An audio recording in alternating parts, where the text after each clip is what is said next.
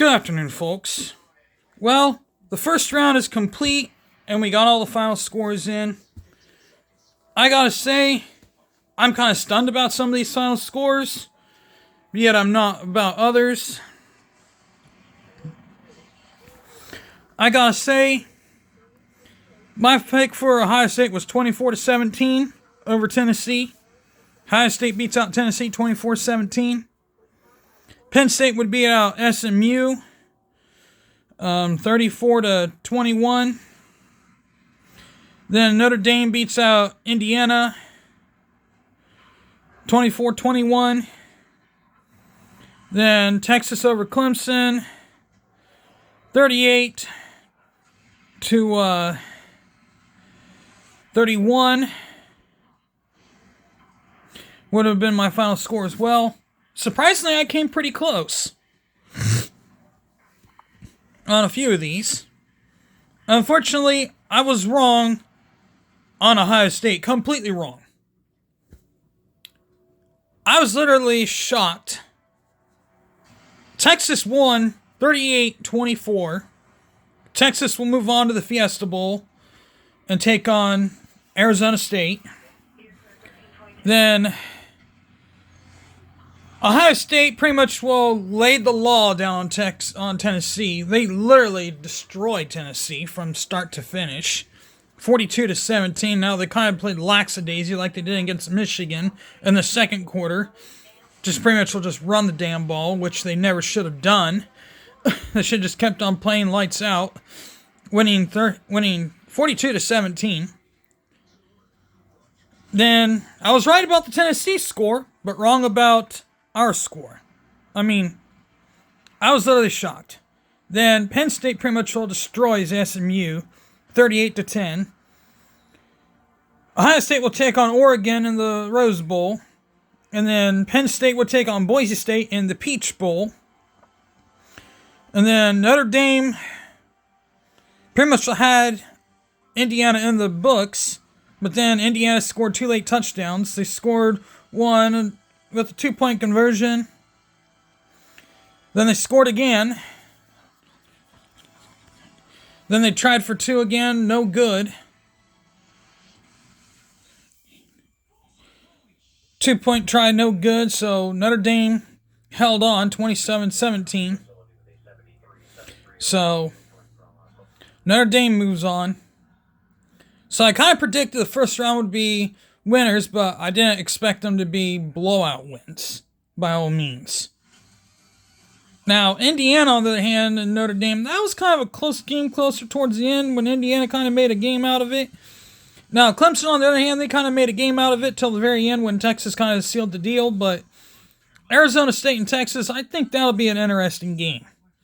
Ohio State, now you got to mark off Ohio State. They might be a contender for the national title. If they can beat out Oregon, because this is kind of like a redemption between them. Penn State and Boise State, that's going to be an interesting game.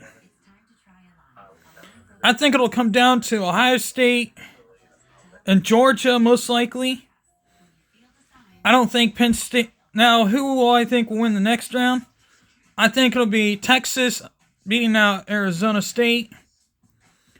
And then I think it'll be Ohio State beating out Oregon. This will not be like the last time. Our defenders will be waiting on Oregon. We'll be ready. We'll be ready for them. If we play like we did against Tennessee, we can beat Oregon. If we have the same intensity like we had against Oregon, we have them beat. Now, Penn State and Boise State, I'm not sure. I mean, Penn State looked like they knew what they were doing. But take away the 2 interceptions, the final score would be a little different, I feel. 38 subtract 14, what do you get? That's 28 subtract 4, 28, 27, 26, 25. That's 24-10. That's the only difference maker. 24-10 is your final score without the 2 pick sixes. Now, but still, that's a big blowout victory. That's 2 touchdowns differential. Or something like that. I'm not real sure. I'm not real good with math when it comes to certain things. But Notre Dame, now the question is, did any of these lower teams absolutely deserve to be in here? Clemson, they won fair and square, so they got in. Now, SMU, on the other hand, they got beat by a last-second field goal. Now the question is, did Alabama deserve to be in? Did Miami deserve to be in, despite not being in the title? Ohio State, understandably, they kind of deserved to be in because they played some pretty damn good teams. They beat Penn State. They beat Indiana. Indiana, that's the other question. They literally played nobody all year long until they played Ohio State. And then they lost to Ohio State. They lost to Ohio State soundly, 38-15. And then I gotta say hats off to Indiana for playing sound defense for the longest time. Then only winning 27-17. Then only losing 27-17. Ugh, I'm looking at the wrong thing here. Now, Notre Dame and Georgia, that's gonna be a good game. Georgia is literally like a tight team. They have never quit when things really don't go their way. Despite beating Texas the first time, 30-15, then the SEC championship, they only beat Texas by a field goal in overtime. That says a lot about this team. I mean, this team has really got a lot to say for. But it just goes to show you, Texas improved a lot since the last time the two played. Now, if Arizona State somehow finds a way to beat Texas, I'd be shocked because I seriously don't think Arizona State has what it takes to beat Texas. Now, Ohio State and Oregon, I see Ohio State coming out with a victory this time around because they learned a lot from their mistakes. They've played a lot better since the last time in Eugene, Oregon. It's always hard to win at Eugene, I can tell you that much. Notre Dame, they played some really tough competition this year and won some, but they lost to a MAC team earlier this year, 16-14. They tried a long field goal and it was blocked, so that tells you a lot as well. So now the question is, does Georgia have what it takes to beat them? Because Georgia lost to Tennessee 24-7. Actually, wait a minute, I take it back. That was Alabama losing to Tennessee 24-17. Then Ohio State stomps Tennessee 42-17. Now the question is, where do people go from here? That's something you really got to ask yourself. Where do people go from here?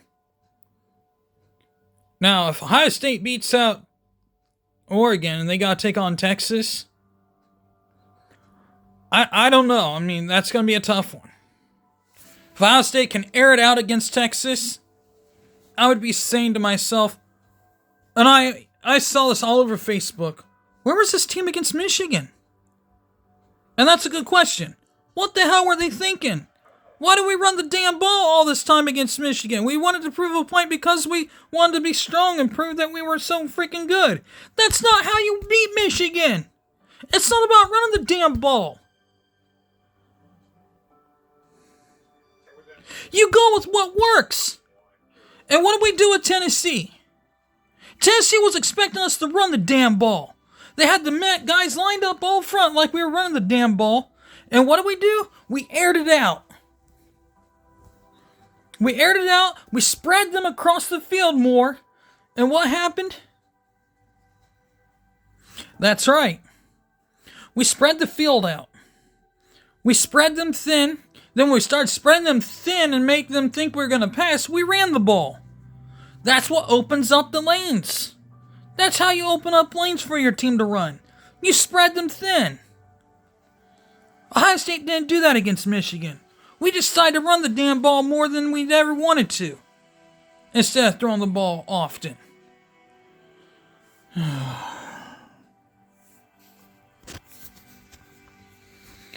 But Penn State might beat Boise State. It's the first time ever them two meeting. Who knows? But Penn State on the downfall with that. Boise State's got literally like the best running back in the country right now. I mean, nobody could really stop them. They barely beat Oregon. They lost to Oregon by a field goal, 37-34. I mean, that close. They missed 2 field goals. They were 2 field goals away from beating them, kind of like Ohio State. 2 field goals away from beating Michigan. But Boise State, close. Close. So close to beating Oregon. So, if Ohio State has the same intensity against Tennessee going into that game, it's a victory. Ohio State will beat the pants right off of this team.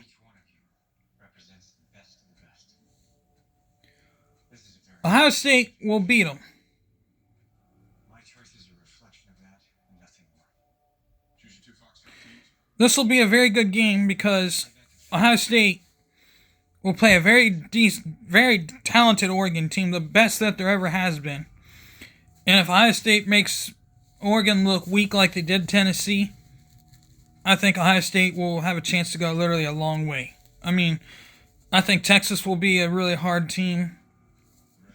Texas will be good because it will be good. Then you got Penn State and Boise State. Boise State might be the question mark between Penn State and Boise State. Notre Dame and Georgia, that may be an interesting game. But considering Georgia struggled, they had a second-string quarterback in there who covered for the injured Carson Beck.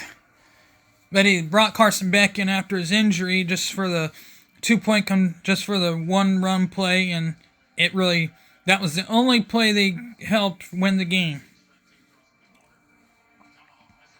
And sure enough, that was it. They won the game. So, there you have it. Well, with that being said, I'm out of here. Hit the like button, hit the bell for notifications. With that being said, I'm out of here. Peace.